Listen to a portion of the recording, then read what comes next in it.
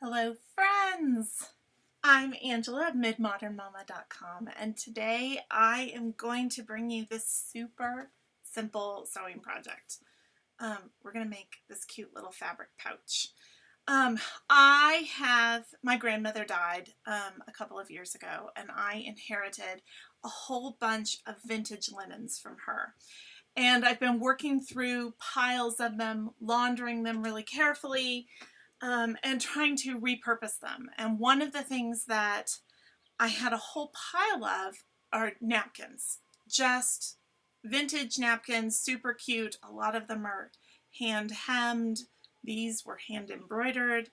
And I didn't know what to do with them. I wanted to find something fun to do, something that was simple and easy, and that would put them to good use because a lot of them are linen, some of them are stained and I can't get the stains out, that kind of thing. So one of the projects that I came up with is this cute little pouch, and my thinking is that I'm going to make a bunch of these and I'm going to use them as reusable gift wrap for Christmas and birthdays and that kind of stuff. So this one, for example, get it into the front. This is a cute little linen napkin. I have 4 of them, and they're hand embroidered, and there's actually a tablecloth that goes with them that I'm going to repurpose in a different way on a different live, and I'll show you what I'm going to do with that. It'll be super fun. And then on the inside, I've lined it with this crazy cute Tula Pink fabric, and I've got the source list for this down in the scroll below so you can see, but I love this fabric so much. I bought a whole set of fat quarters of Tula Pinks of this particular set, and I just absolutely love it. I have used it for all kinds of projects. This I'm going to give to a friend who sews because if you look carefully, you'll see that all these hands are doing different little sewing tasks. So I'm going to show you how to do this today. There are lots of different things that you can do, whether you have vintage linens to reuse like I do, or maybe you can cut this just out of regular fabric if you have that, or maybe you have other pieces of fabric that you want. All you need are 2 squares of fabric to do this. I also have, let me go through the materials that you're going to need. So you'll need 2 pieces of fabric. Both of them need to be square and the same size. So we'll cut something to go with the other napkin that I'm going to use today. I will be using a vintage napkin, and then I'm going to be using some other fabric as the contrast on the inside. You're also going to need a sewing machine, though I will tell you this project is so simple you could do this hand sewing. Not a problem at all. You'll need some scissors. You'll need a closure. And I think for this, because of the napkin I think I'm going to use, I'm going to do a snap again, but you could very easily do a button with a ribbon loop. You could do a button with a buttonhole. It depends on what your napkin looks like and how there are a whole range. You could use a frog closure. There are all kinds of things that you could do. But I think today I'll probably be using a snap. So you'll need that, needle and thread, obviously. I find when turning these around, and I'll show you more, I find having a knitting needle or a crochet hook is really handy. That helps get those corners nice and sharp. And I'll show you how that works in a minute. You'll need an iron and an ironing board or a wool mat. I love a good wool mat. I'm going to be using that today. And I will say also, if you look in the list of materials that I have out, this is a quilter square, and it's super handy for cutting things at like right angles and that kind of stuff. So this is another thing I often use. So that's handy too. So let's get started. Oh, I see we have some comments. Hello, Marilyn from Texas. Oh, hi, I'm so glad to see you. And my mother didn't get notified and she's trying to find me. So Marilyn, you can copy this link and text it to her. I'm glad my mom wants to see. That's fun. But copy the link above and just text it to her and she should be able to join. And anybody else who wants to. I also posted it on my Facebook page, so the link is there and she can find it there too. And anybody else who wants to join. Okay, so let's get started. I'm going to switch to my other camera. Let's see, right here. Okay, and I'll show you what I have. So, like I said, I have this whole pile of vintage napkins that I am working with. And I have this whole pile of vintage napkins. I have these cute little red ones, and these, I have some Christmas fabric coming. I'm going to save those to use for Christmas for sure. I have a whole pile of these. Aren't these pretty? And these are, I feel like I'm having,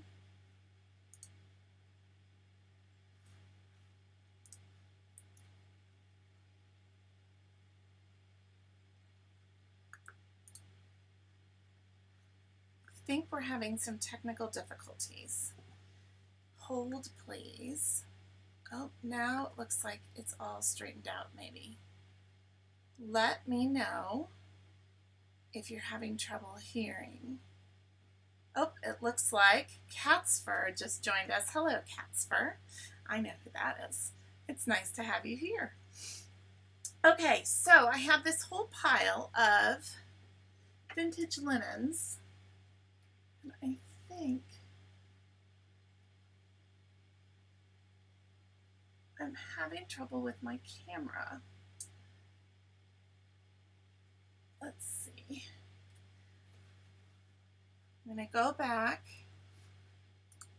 I'm going to go back to this. It looks like I was having trouble switching to my desktop camera. So hang on a second and let me get that fixed. So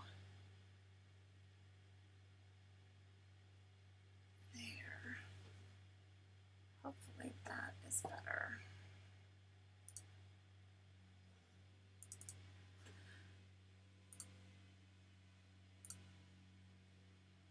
Oh, there's always just a few clicks and then it should be okay.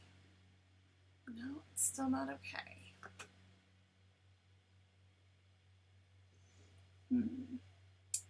That's not helpful.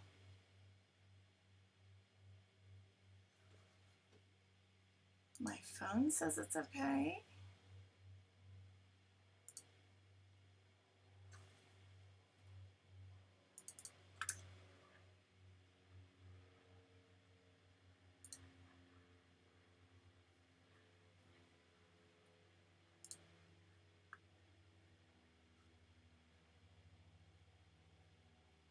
Okay, I'm not sure what is happening here. I am going to figure this out, so just hang on a second. I'm so sorry. This was all working perfectly 5 minutes ago, of course. Isn't that the way it always goes?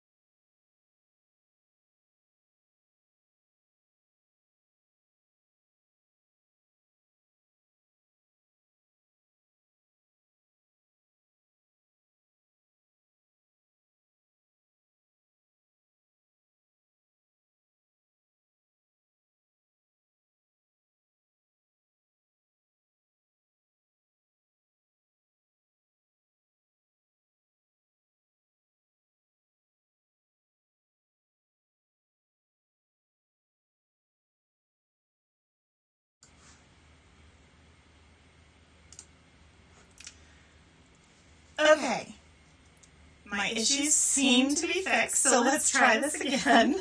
I'm so sorry. Okay, so Cat's Fur reports that things are working now, so that's good. I'm hoping that continues. Please let me know in the chat if you're having trouble hearing me, or if things get frozen again. I don't know what happened, but that it appears to be fixed. Okay, so as I was saying before, I have this whole pile of vintage linens. I have some cute little red ones. They're hand hemmed. They are really too small to be good dinner napkins. Our kind of styles and standards have changed a little bit. So I'm going to save these for Christmas. I have some Christmas fabric coming, and that's going to be really fun. I have more of these, just like this one. This is what this looked like when I started. They're really pretty. They're hand hemmed. They're a pretty linen, and they're embroidered. So I'll be making more of those. But today, I think I'm going to use this one. This, that's so big, I will show you. I am going to do another live in a couple of days and show you how to make this super fun little bag. I think these are so great for wrapping presents, but they can be used for all kinds of things. They're super easy. This is just made out of a vintage napkin and a piece of ribbon. Super easy. And I think this size is more appropriate for this than for the little envelope. So I'm going to put that aside as well. So I have this, and I have a bunch of fat quarters of different fabrics that I had pulled out thinking about what I was going to match up with. And I have these two. These are from Riley Blake from their Anne of Green Gables set, which, oh my gosh, they are so sweet. I'll pull them out so you can see. I bought all of the fat quarters, and they are so lovely. This purple is just fantastic. It's like the wine that Anne drinks in the cupboard, the raspberry cordial. And there's pieces with text on them and these sweet little Anne girl drawings. And I am such an Anne of Green Gables fan. So this is what I think we're going to use today. And a link to this whole fat quarter set is down in the scroll, so you can see that. I've washed these and pressed them, and I was thinking that this kind of, I'm not sure which one I want to use today. They both work. If you can't see, this has a really pretty hand-embroidered navy blue line here, and then, I'll hold this up to the camera, this little hand-embroidered leaf motif in the corner. And this is a really nice linen, like really nice, and they're all hand hemmed. They're really pretty. I think I'm going to go with this floral on the inside. I think that'll be really pretty. So, like I said before, I washed this already. So the first thing I need to do is cut a piece of this that is the same size as my napkin. And I'm going to give the napkin a quick press. I have this really great wool pressing mat.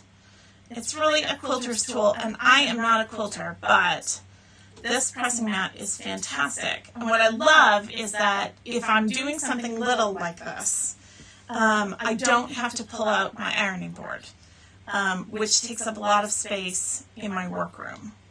So, I'm going to wake up my iron a little bit. It's been on for a while. It's not awake. All right. So, I'm going to place this down on here and just line it up. And this is not, we are not tailoring something here. This is not super precise. But you want to cut this about the same size. And I'm just going to use dressmaker's chalk to make the line, and I'm using my square to make sure that line is nice and straight.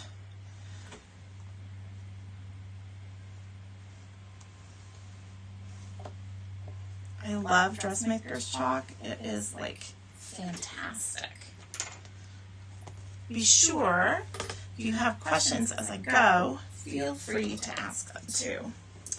And then cut them out. And if you're new to sewing, one of the things that my mom, who taught me how to sew, one of her most important things that she taught me was that you should have scissors that are only for fabric. They should never be used for anything else. And I am so careful about that. Everyone in my house knows that the orange handled scissors are fabric only, cannot be used for anything else. Okay, so I have that cut, and we are basically going to just sew these together. Whoops, we want right sides together. And this is not directional, but if you were using a fabric that was directional, you would want to line it up. So for me, this corner is going to be my flap that comes over. So you would want to line things up so that the directional fabric would look right on the inside when you open up the envelope. That would be really important. But this fabric isn't directional, so that doesn't really matter. So now we're just going to put the right sides together. And line up those corners. And one of the things I'm going to lose a little bit on this napkin, I'm going to use the smallest seam allowance I possibly can. But it's going to be really close to this little trim here, because this is a little bigger than 1/4 of an inch here. So that's just something to know. If you have a really pretty trim on if you're using a napkin and you have something right at the edge, you're going to lose part of that because that will be the seam allowance attaching this. And so the other thing you should know is you don't have to line a little pouch like this. I am doing that because this linen is pretty transparent, and I want it to be a little sturdier. But if you are using fabric, like if you were making this out of a canvas, for example, or something that has a little more heft to it, you would not need to line it unless you want the inside to be different. So those are personal choices. You can absolutely skip this step and just go on. That would be 100% fine. So I'm going to use, I love these. These are also in the scroll below for products, but these are these little quilters clips that I use all the time. I think they're so much easier than straight pins most of the time. There are occasions, and you'll see on this project, I'm actually going to use these and straight pins, because there are cases where straight pins work better. But in this case, just lining this up, these little clips are super easy. And I love them. This is another one of those quilters tools that I'm not a quilter, but I still use this quilters tool. Oh, I did not line that up properly. That is why this isn't working. Let's try that again. Okay, so you want to line your square up and do it the right way, which I didn't just do, and get those edges pretty perfect.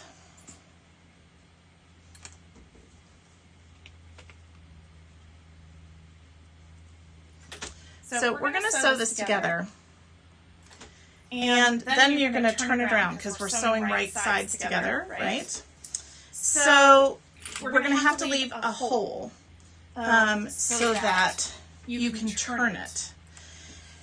And the place to leave the hole is either, so if this is my top, so this is going to be my flap that comes over because that's where the embroidery is. It's on one of these two sides. That's where to leave the hole. And the reason for that is that when you sew it all together, those corners get overlapped and are folded under this corner, so those stitches where you leave that hole for turning it won't be seen. So keep that in mind. And I am going to mark that with a straight pin so that I remember not to sew this corner closed. and that'll be my reminder. So I'll start here or start here, go around and stop here and leave this opening, and that's how I'll turn it. All right, it's time to go to the sewing machine. Let's see if I can switch back to my other camera, and this time it'll work. It should be working. Okay, so here we go. Like I said before, I'm going to start where I left that pin, so I remember. And I am using the smallest seam I possibly can to make this connect. So it's really somewhere between 1/4 of an eighth and 1/8 of an inch. This is not something that has to be super durable, so you don't have to worry about having a nice tough seam. Okay, so I should tell you I work on a Janome machine. I have always had a Janome. This is my second one. The first one I had lasted me 20 some years. I love this. My husband actually picked it out for me and was like, you can return it and exchange it for whatever you want. I love it. It's fantastic. It's the QOV. It's a quilter's Janome. It's the 3160. I absolutely love it, and one of the things I love is that you don't have to use the pedal, which I'm forcing myself to learn how to do, but there's a push button start and stop, which is fabulous. So then you just control the speed on the machine itself. It's great. So here we go.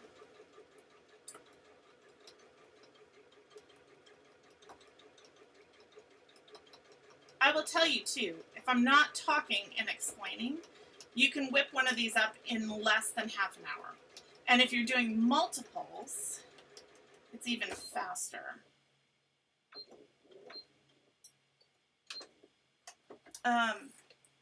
Because you can kind of do the same step over and over again really easily. So you could cut all of the squares, put them together, do this step for 5 of them at a time, and move on that way. So super simple.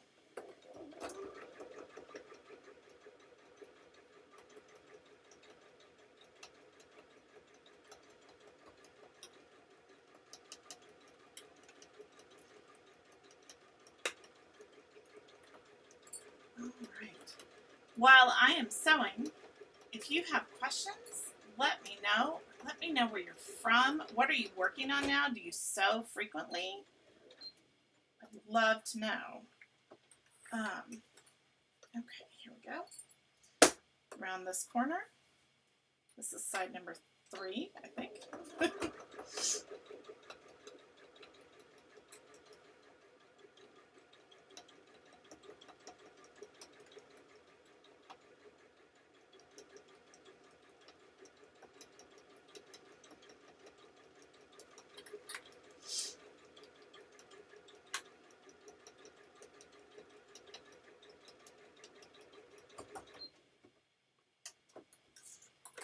And here we go.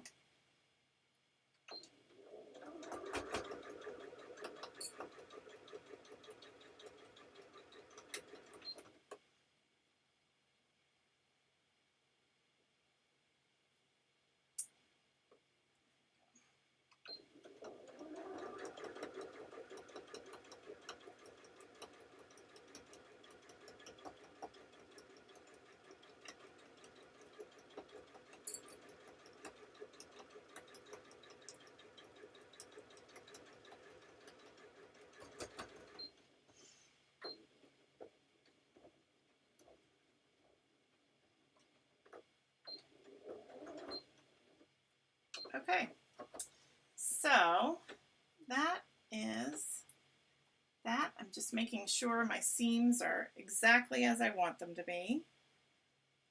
Seems to look good. Pull my pin out. And so now it's all sewn together. So the 4 sides are sewn. There's a little opening here where I'm going to turn this in just a minute, but it's all done. So now we do the fun part, which is turning.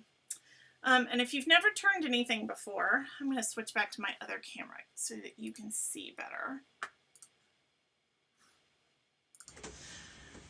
Okay, so if you have never turned anything before, all you do, you've left this opening. And so you start turning it inside out, and you have to work kind of gently. You don't want to tear the opening. And just pull out the finished side through the hole.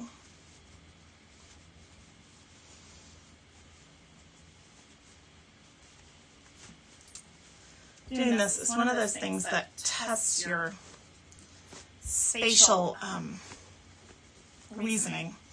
So can you picture it inside out and then picture it right side out? But you're basically making a very tiny pillow at this stage. And if you wanted to turn this into a pillow, napkins make fantastic pillows. All you'd have to do is stuff this and then whip stitch this closed, and you'd be good to go. Okay, so now that's turned, and here's where the knitting needle comes in handy. So I just poke a knitting needle. There are lots of things you could use, but a knitting needle works well for me. Oop. And you just, sometimes using the less pointy side is a better idea. But it'll just poke that corner out and make that a little crisper. And then we're going to press this. I need to wake up my iron again. I have this Rowenta iron, and it goes to sleep after 3 minutes if you're not using it. And then you just put it down on the table, like move it, and it wakes up again. And it only takes a couple seconds for it to wake up and start heating up again. But it does go to sleep, which is nice. It's handy. You don't have to worry about burning down your house if you leave your iron plugged in. So that's a good thing. Okay, so there we go. That's the third corner.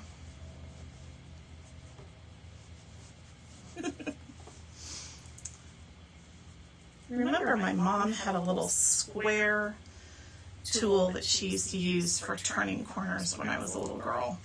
That seemed really cool, but a knitting needle works just fine. Okay, so here we are. You can see that even with that seam allowance, I still get the sweetness of this little embroidered edge, which I'm really excited about. So now I'm going to give this a good press.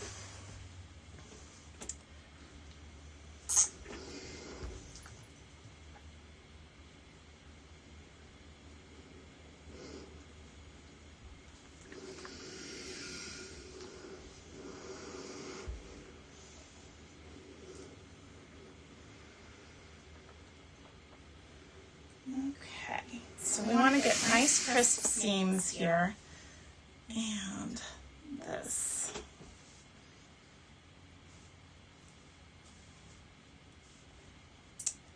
Kind of rolled over. Let's get that one really nicely.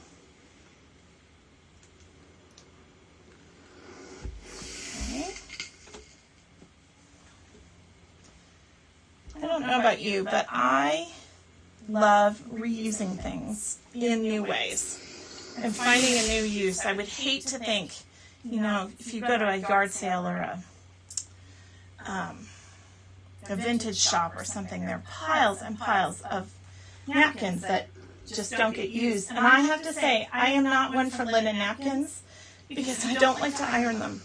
I mean, they're fine for a fancy dinner or something like that, but we are not fancy people most of the time, and I have a lot of other things to do rather than ironing napkins. So I'm reluctant to use them as napkins, but as gift wrap or cute little storage pouches, I am a big fan.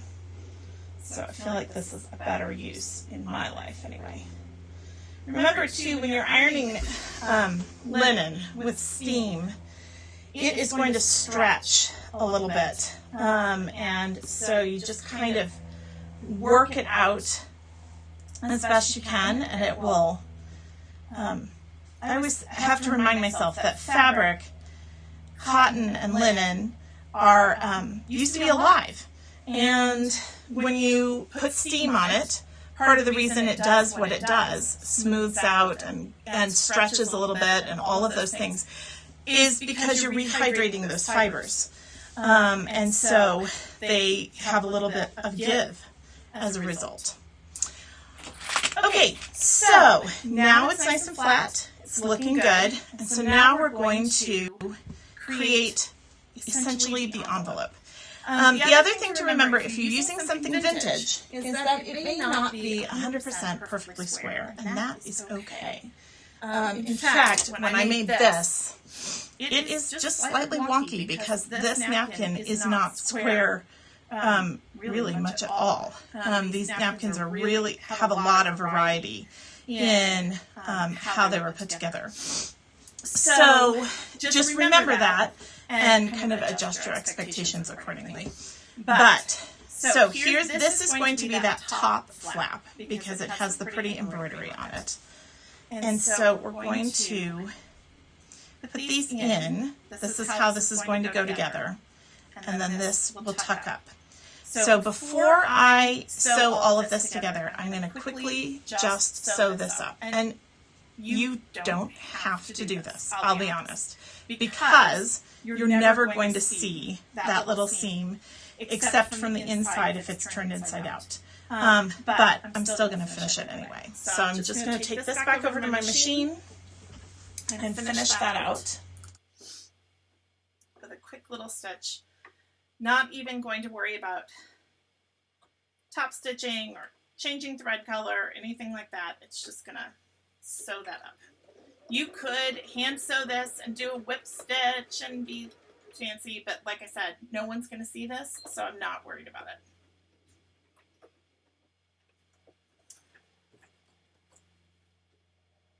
All right, stitch that up. If you sew a lot, this is another tutorial I'm going to do at some point. I made these cute little bags. They are indispensable, but they're so handy for having to put scraps of thread in. So if you see me just kind of tossing some thread aside, that's what I'm putting them in.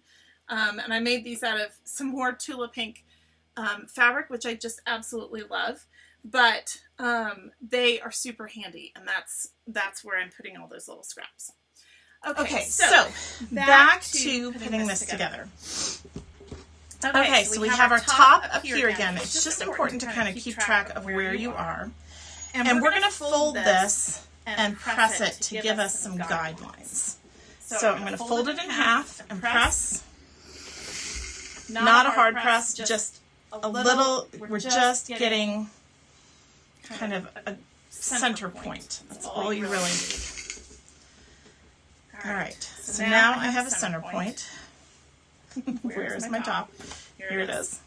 Okay, so now I'm going to fold these sides in, and I want them to overlap ever so slightly. Because when we fold this up, then this has a better spot to anchor. So now you can see, we're going to fold this. This will be the top, and that's how this will come together and be super cute. So we're going to do this and this. And this is where I use pins instead of clips. I found it's just a whole lot easier. It holds everything together. Okay, so I'm going to be sewing when I put it on the machine, and because I don't have a camera where you can see it on the machine, I'm going to tell you this. I'm going to start from this corner and sew up, and then from this corner and sew up into the top. And in this case, I'm going to use white thread, and because it'll just kind of get buried in the white linen, and this dark navy thread will still just be there as an accent. But I'm not going to try to sew over that with navy or anything. I want that to show. So I'll just put a line of white stitches right next to the navy stitches. Okay. Pin this. This is another thing my mom taught me. Always put the balls of the needle in the direction that you're sewing. So, for example, I'm going to start down here. So this way, when the needle gets here, I pull the ball out. It makes it a lot easier. Right, I'm just going to check it from the inside and make sure I have a good seam allowance, and I do. So now I'm ready to stitch it up. Okay, so over here, I'm going to pull this off so I can get in here nice and tight. This is the hardest part of it, and honestly, hand sewing this would actually be easier, in my opinion, than using the machine. I'm going to use the machine, but if you want to just quick whip stitch this together, it would be faster and easier in some ways. So maybe not faster, but certainly easier. This is just kind of an awkward angle to get things in.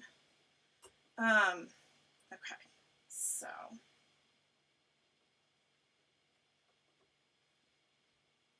and I think I just told you wrong. I'm starting at the top and moving toward the corner. I'm not starting at the corner and moving toward the top. I think I said that incorrectly. I'm not positive. Okay, so I have that just to the side of that accent stitch.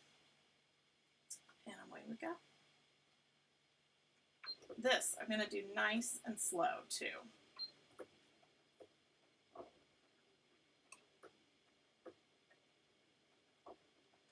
Maybe not quite that slow, but still pretty slow.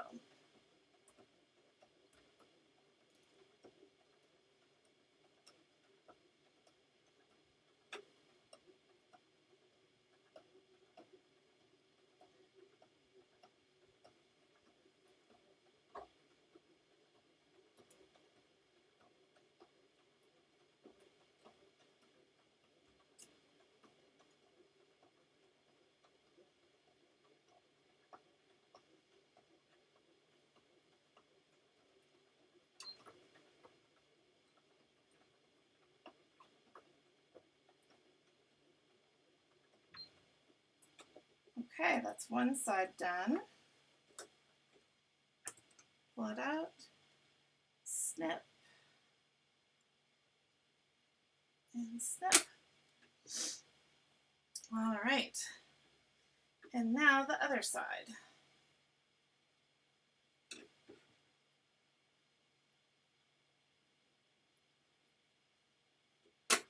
You'll see, hold that up, those stitches just disappear right in there and all you really see are the accents, which is nice on this particular fabric.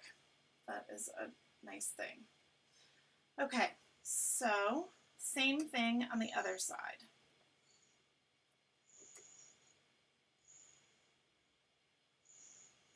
One of the other things I really love about this sewing machine is that my old one, I could not lift the foot up any higher. And on this one, I have a good range, so I can put something kind of fatter underneath it and adjust that, which I really love. That is a huge advancement over my last sewing machine, which is really nice. Okay, and here we go.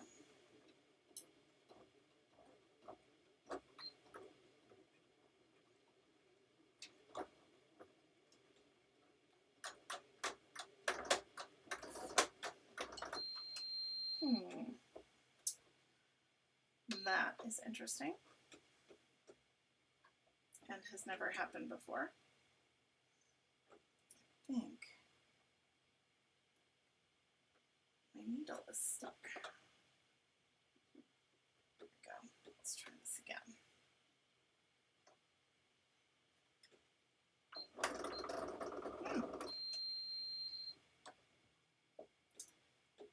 Seriously, people, this has never happened before. Let's pull that out. Let's see what's going on. Exciting. Don't you love it when your bobbin gets all crazy and awful and it's a hot mess in there. That's especially good when you're sewing live for a bunch of people. So let's see what's going on.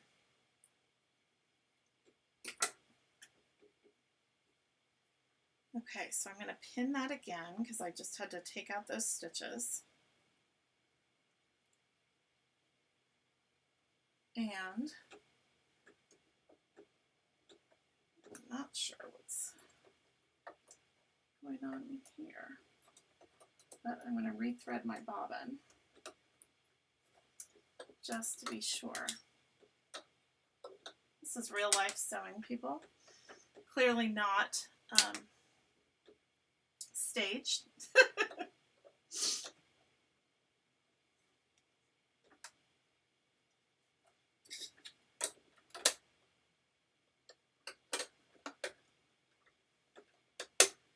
So, pull the scrap out of my bin. Let's see if we fixed it now.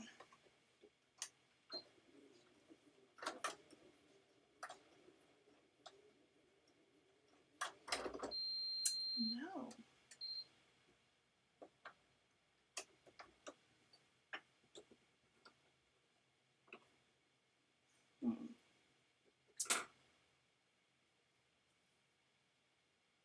That is a hot mess.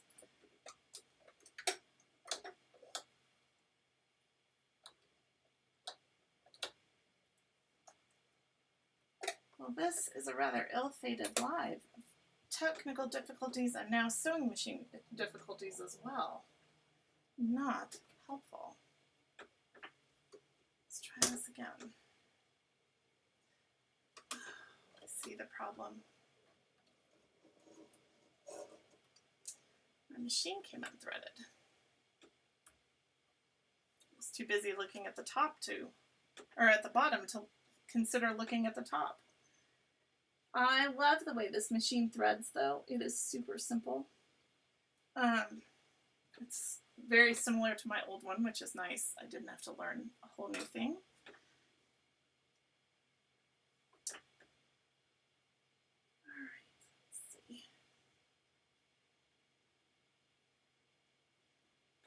And it will automatically thread itself. I tend not to use that feature, but it will, which is nice. Okay, let's see if we...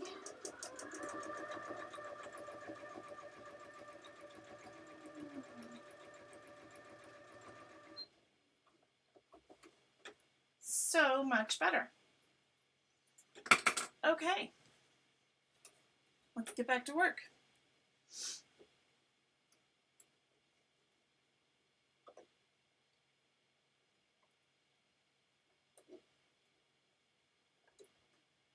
This lined up the way it's supposed to be. All right, fingers crossed. Hopefully this will do the trick.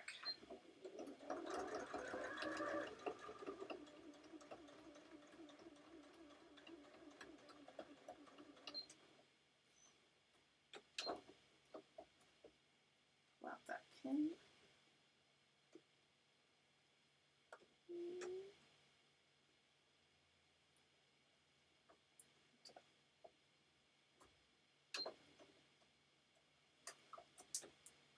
Pull this out and start over.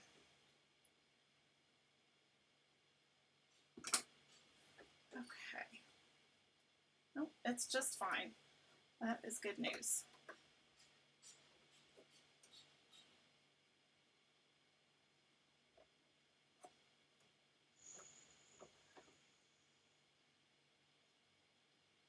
Okay.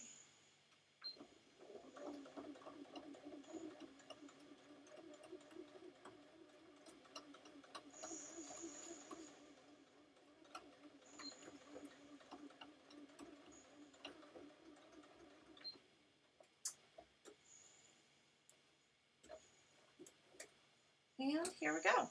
So this one is all stitched up and ready to go. We've got some trimming to do on the inside here.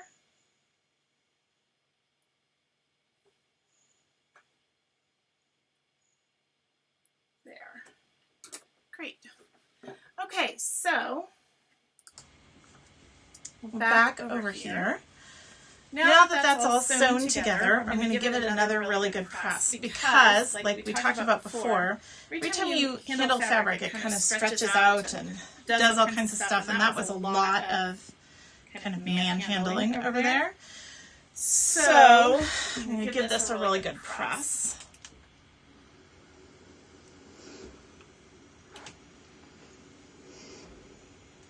My mom and my grandma were the ones who taught me to sew, mostly my mom. And one of the things that she impressed upon me was that a good iron is indispensable, and pressing between every little step is so important. And she was, as with most everything else, was absolutely right. So it makes everything so much easier. All right, so we've got this, and now just fold that over, and we're almost done. So there are several ways you could create a closure for this. Like I said before, you could put a button and a buttonhole. I'd put the buttonhole in the flap, and then put sew the button here. You could sew a piece of ribbon in here and have it wrap around and just kind of loop closed. That would be super pretty.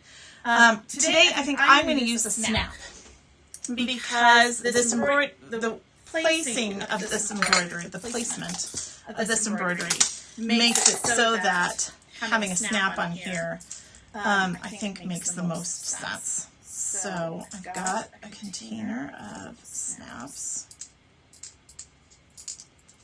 I have all the male parts. Where's the female? There we go.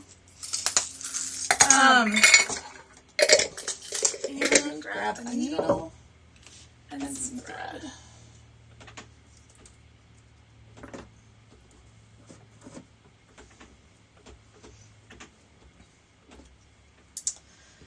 So I've got a quick little tip for you on how to get your snaps lined up correctly too. Let me thread this. Oh, that eye's a little. There we go.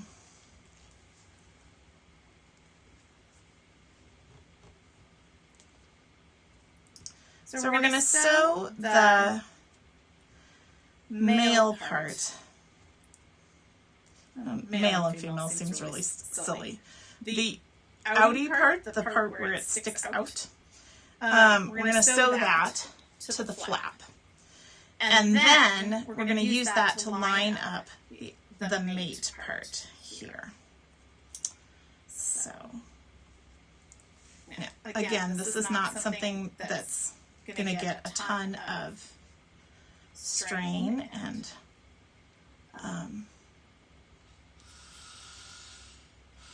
high intensity use. So I am using a pretty sturdy thread, and I doubled it. And I'm going to hide the knot just right under the snap. It's the easiest way to go. So just take a couple of stitches, sew that snap on. Yes, I am having every problem I could possibly have today. It's all not a big deal, but that is really funny. Just looped around like that.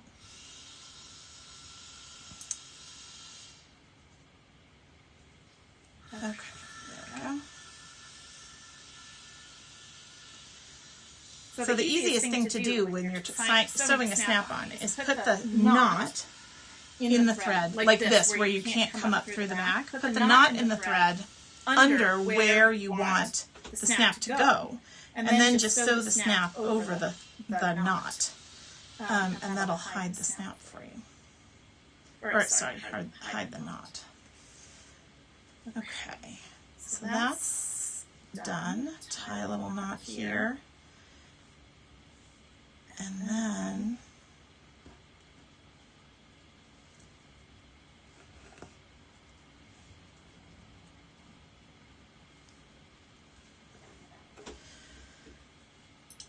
So here's my trick from doing embroidery to hide the tails.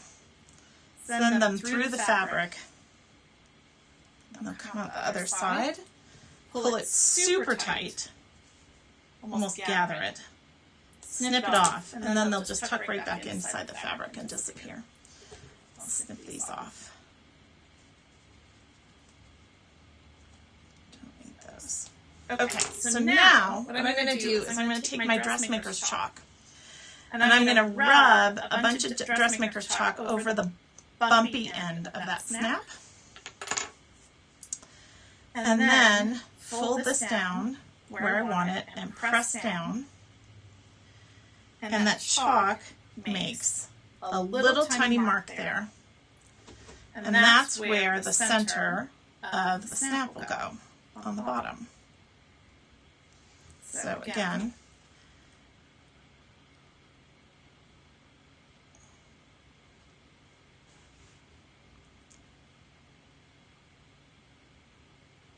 stitch,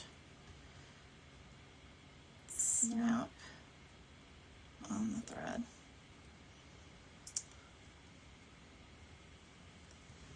and hide that knot right under center of the snap. These are really tiny snaps. You could use much bigger ones. This just is what I happen to have in my house. Oh, that's tangled. There we go. So, are there any questions? Somebody said they're hearing double audio. Well, let's do this. See if that helped. John Little, did that? I just made a slight change on the computer. Does that help the audio? Let me know in the comments. And thank you for letting me know.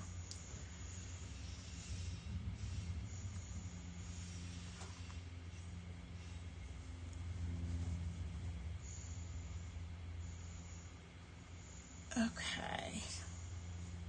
Anyone else hearing double audio?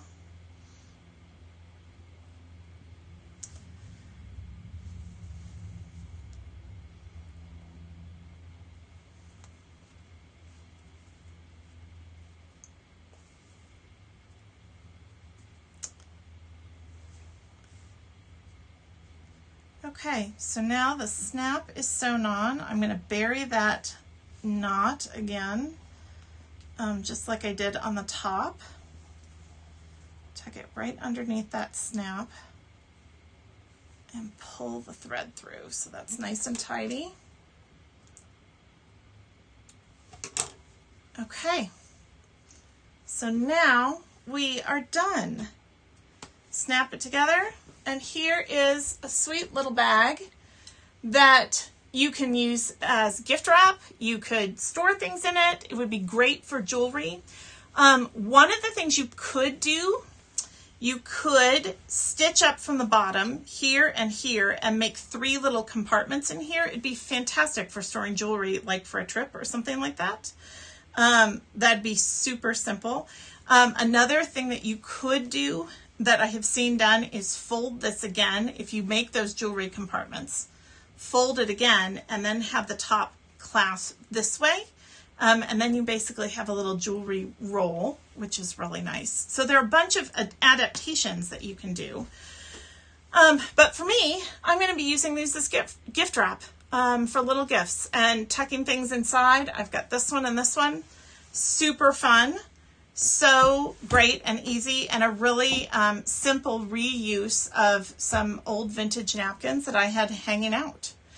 Like I said before, I'm going to have another live fairly soon, probably this week, and I'll show you how to create this out of vintage napkins too, which is just a cute little bag, also great for gift wrap.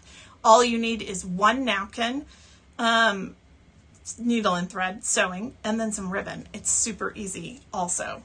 And before, a couple of weeks ago, I did a live showing you how to make this, which you could also make out of a napkin, but this is a sachet that I made which is basically just a drawstring bag out of a piece that I had embroidered, and just put a little fabric back on it. So there are lots of things. This would make a great way to wrap gifts too, but there are lots of different projects and ideas, all kinds of stuff that we can do. Diana from Lincoln, hi, I'm so glad to see you too. So anyway, I am so grateful and appreciative that